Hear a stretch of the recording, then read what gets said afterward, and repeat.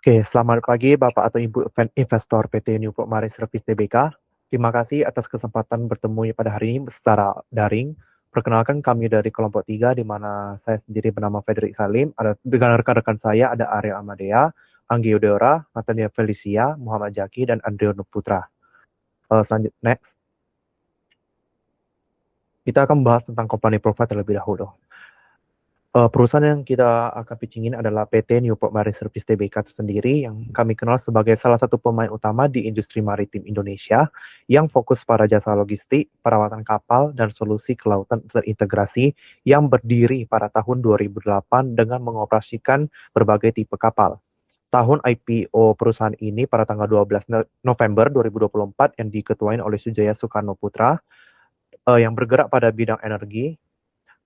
Harga IPO dari perusahaan tersebut dimulai dari 100 per saham. Harga sekarang yang sudah mencapai 119 per lembarnya berdasarkan update dari tanggal 30 Mei 2026 dan tujuan perusahaan melakukan IPO ini adalah untuk melunaskan pinjaman perusahaan, penambahan modal kerja dan juga peningkatan reputasi perusahaan. Next. Ini adalah hasil data dari kondisi saham perusahaan tersebut, di mana kita bisa melihat harga saham BOT di sini pada penutupan perdagangan berada di harga 119 per sahamnya. Harga saham mengalami peningkatan bisa dikatakan 3% dibanding penutupan sebelumnya pada harga 116. Saat perdagangan terjadi, harga banyak bergerak pada kisaran 116 hingga 120. Pergerakan harga menunjukkan tren positif dengan volatilitas yang sangat stabil. IPO yang berawal dari 100 per saham kini menjadi naik hingga 19%. Kenaikan IPO ini mencerminkan kepercayaan investor pada kinerja perusahaan dan saham BOT masih dijual di atas IPO yang menunjukkan sentimen pasar yang cukup bagus. Next. Baiklah, selanjutnya akan saya jelaskan kira-kira masalah utama yang bakal ditemukan. Masalah pertama yaitu adanya keraguan pada pihak investor terhadap keberlanjutan dari pertumbuhan kinerja perusahaan kita ini. Bisa dilihat dari walaupun laba bersih di tahun 2025 kemarin mengalami peningkatan sebesar 73%, tapi terdapat pendapatan juga yang naik sekitar 54%. Justru terjadi penurunan sebesar 36% dibandingkan juga dengan periode yang sama dengan tahun sebelumnya. Investor juga alhasil jadi mulai mempertanyakan apakah pertumbuhan tinggi pada di tahun 2025 kemarin dapat dipertahankan dalam waktu jangka panjang. Untuk masalah berikutnya yaitu terdapat kekhawatiran terhadap struktur pendanaan dan juga risiko keuangan perusahaan secara keseluruhan. Pengendali perusahaan menggadaikan sekitar 75 juta saham sebagai jaminan untuk fasilitas kredit dari BNI dan juga yang senilai sekitar 150 miliar. Walaupun perusahaan ini menyatakan tidak ada mengubah atau pengubahan struktur kepemilikan, namun aksi ini dapat menimbulkan persepsi kalau adanya resiko finansial di mata investor. Next. Lalu gimana persepsi investor? Untuk saat ini, persepsi investor itu masih ragu-ragu ya. Hal tersebut terjadi karena adanya kinerja perusahaan yang menunjukkan adanya pertumbuhan yang cukup kuat, seperti yang tadi saya katakan, adanya kenaikan pendapatan sebesar 54% dan juga laba bersih sebesar 73% di tahun 2025 kemarin. Namun, harga saham BOT cukup volatil atau masih berubah-ubah dan juga laba kuartalnya di 2026 terdapat penurunan sehingga investor cenderung bersikap hati-hati dan juga masih riskan terhadap company ini ya. Adanya juga penggunaan saham pengendali sebagai jaminan kredit yang dapat memunculkan kekhawatiran dan juga rasa suspicious mengenai tingkat leverage dan juga kebutuhan pendanaan dari perusahaan bot ini. Lalu gimana dengan gap antara realita dan juga persepsinya? Untuk realita, fundamental perusahaan ini menunjukkan terdapat perbaikan yang signifikan melalui kenaikannya pendapatan, laba bersih dan juga arus kas operasional dan juga peringkat kredit BBB dari Pevindo dengan outlook yang cukup stabil. Namun persepsi dari investor ini sebagai investor masih sangat ragu dan juga riskan akan resiko karena melihat volatilitas harga saham dan juga perlambatan laba yang dari awal 2026 ini, dan juga adanya penggunaan saham pengendali yang dijadikan sebagai jaminan kredit. Baik, selanjutnya kita akan masuk ke tujuan investor relation. Jadi kegiatan ini strategi kami akan dilaksanakan selama 3 bulan dari Juni sampai Agustus 2026.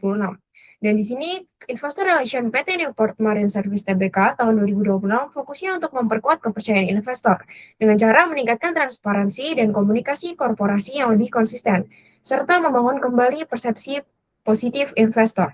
Dan ini juga akan memperkuat citra perusahaan sebagai emiten sektor maritim yang adaptif sehingga bisa meningkatkan jumlah investor dalam jangka panjang dan juga mengurangi persepsi risiko terkait volatilitas kerja dan struktur pendanaan. Di sini kami juga memiliki target, di mana target kami adalah meningkatkan sentimen positif investor terhadap prospek perusahaan melalui komunikasi yang konsisten dan transparan, memperkuat pemahaman investor bahwa struktur pendanaan perusahaan terkontrol dengan baik, dan juga meningkatkan partisipasi aktif investor dalam kegiatan komunikasi perusahaan. Next. Di sini kami juga telah melihat bahwa ada pesan utama melalui deret data yang telah kami cari, yaitu pertama, PT Newport Marine Service Tbk memiliki dasar aset yang kuat sehingga bisa menjadi fondasi pertumbuhan jangka panjang. Yang kedua, penurunan laba kuartal 1 2026 tidak mencerminkan penurunan bisnis karena aktivitas operasional dan pendapatan tetap stabil dibandingkan periode sebelumnya. Fluktuasi laba kuartalan mencerminkan timing dan siklus operasional, bukan perubahan fundamental permintaan terhadap layanan offshore vessel. Next. Baik, selanjutnya berikut adalah strategi komunikasi yang kami berikan. Yang pertama, untuk strategi utama dari kami, yaitu kami ingin memulihkan sentimen pasar dan membangun kembali kepercayaan para investor dari perusahaan Newport Marine Service. Kami mengadopsi pendekatan komunikasi yang proaktif, berbasis pemulihan reputasi dan transparan. Komunikasi ini bersandar pada 3 pilar utama. Pertama, keterbukaan berbasis aset, manajemen narasi kontra sampai isu, dan juga edukasi nilai jangka panjang. Dalam analisis ini, kami juga menganalisis dari 3 pilar yang sudah kami dapatkan. Seperti keterbukaan berbasis aset, jadi kami akan menghilangkan kecemasan pasar dengan membuka data audit secara gamblang. Yang kedua, manajemen narasi kontra isu. Kami akan meredam pemberitaan negatif atau spekulasi liar, secara taktis tentunya. Dan yang terakhir, edukasi nilai jangka panjang. Kami akan menggeser fokus investor dari fluktuasi harga harian ke potensi pertumbuhan masa depan. Berikut adalah aktivitas investor relation yang akan kami kerjakan. Kami memiliki 5 program kerja, ada corporate financial dan asset updates. Ini bertujuan untuk menyediakan informasi performa keuangan, pemanfaatan dana IPO, dan status nilai tercatat akses kapal secara berkala melalui IR website. Dan ini akan dilakukan rutin bulanan dari Juni hingga Agustus secara 3 bulan. Selanjutnya ada proactive media relation dan reframing. Kami akan melakukan publikasi sponsor konten di media ekonomi utama untuk meluruskan isu hipotek dan mengangkat tren positif pertumbuhan saham 19% sejak IPO. Ini akan dilaksanakan dari Juni hingga Juli. Yang ketiga, wajib publik expose. Jadi kami bertujuan untuk memfasilitasi forum interaktif formal bersama Bursa Efek Indonesia untuk menjawab pertanyaan tajam dari analis pasar modal. Dan ini akan dilakukan pada bulan Agustus. Yang keempat ada digital retail engagement. Jadi kami akan memproduksi konten edukasi visual di akun Newport Marine Service Tbk mengenai stabilitas industri pendukung migas dan cara kerja sewa kapal lepas pantai. Konten ini akan ada mingguan dari bulan Juni hingga Agustus. Dan yang terakhir ada one-on-one institutional meeting dan dividend road mapping. Jadi kami akan melakukan pertemuan eksklusif dengan manajer investasi dan juga institusi untuk melakukan draft kebijakan dividen jangka panjang dan rencana kerja koperasi pada Juli hingga Agustus 2026.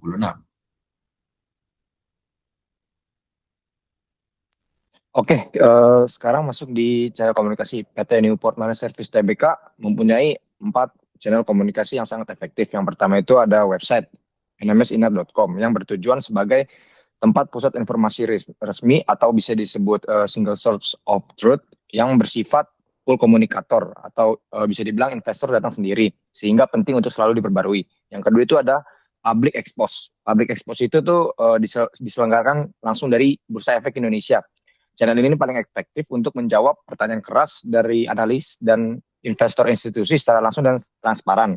Karena sifatnya live dan dihadiri regulator. Kredibilitas jawaban dan manajemen sangat dipertanggungjawabkan. Yang ketiga itu ada media. Media itu berguna untuk meluruskan berita negatif atau bias, khususnya terkait pemberitaan hipotek kapal dengan sponsor konten di media bisnis ternama seperti bisnis.com, Kontan, yang bisa mengemas ulang berita dengan judul yang lebih konstruktif. Yang terakhir itu ada sosial media seperti Instagram @newportmarineservice_tbk. Sosial media itu berguna untuk membangun citra perusahaan yang nyata dan dekat dengan investor muda, tetapi bukan untuk komunikasi keuangan resmi pasca IPO. Oke, jadi kita masuk ke next slide selanjutnya yang ada resiko dan evaluasi. Nah, jika terdapat harga komoditas minyak turun yang sangat drastis, itu akan berdampak kepada manajemen, yaitu terutama investor akan menyalahkan manajemen. Bagaimana cara kita meminimalisir dan mengurangi dampaknya tersebut? Kita tuh harus menekankan efisiensi operasional dan kontrak jangka panjang yang sudah dikunci. Yang kedua itu pergerakan saham yang tidak wajar, dalam kurung itu UMA. UMA itu artinya unusual market activity, yang berdampak kepada spekulasi negatif yang ada di media sosial. Bagaimana cara kita meredam dan mengurangi meminimalisirnya, yaitu kita harus merespon cepat via keterbukaan informasi IDX dalam waktu 1 kali 24 jam. Dari tujuan serta strategi komunikasi, ada 4 KPI yang harus dicapai oleh tim Investor Relation PT NMS. Dari meningkatkan presentasi kepemilikan saham oleh institusi guna meredam volatilitas harga dan meningkatkan minat investor institusi besar untuk potensi jangka panjang, lalu juga transparansi komunikasi yang harus dilakukan oleh tim investor relation dari publikasi hingga press release terus dilakukan secara tepat waktu, lalu juga harus bekerja sama dengan media guna meningkatkan exposure positif dan meredam berita-berita negatif mengenai bot. Lalu juga strategi dividen jangka panjang harus dirumuskan dan dikomunikasikan bersama dengan investor institusi atau investor besar lain untuk meningkatkan potensi investasi jangka panjang di bot. Berikutnya, sampai di kesimpulan yang mana dari hasil analisis kami menemukan adanya kesenjangan antara realitas fundamental dengan persepsi investor yang masih ragu akibat adanya fluktuasi laba yang tidak stabil, fluktuasi harga saham yang juga tidak stabil, yang mana itu juga berpengaruh terhadap persepsi investor. Lalu juga kami menyiapkan strategi yang menekankan pada transparansi komunikasi, lalu juga bertujuan untuk meredamkan isu negatif dan meningkatkan exposure positif, serta juga memulihkan kepercayaan pasar atau pada investor untuk mau menginvestasikan dana mereka jangka panjang di bot. Kurang lebih seperti itu. Tutup. Terima kasih sudah menyimak presentasi kami mengenai investor relation dari PT Newport Marine Service. Kurang lebihnya mohon maaf, kami ucapkan terima kasih.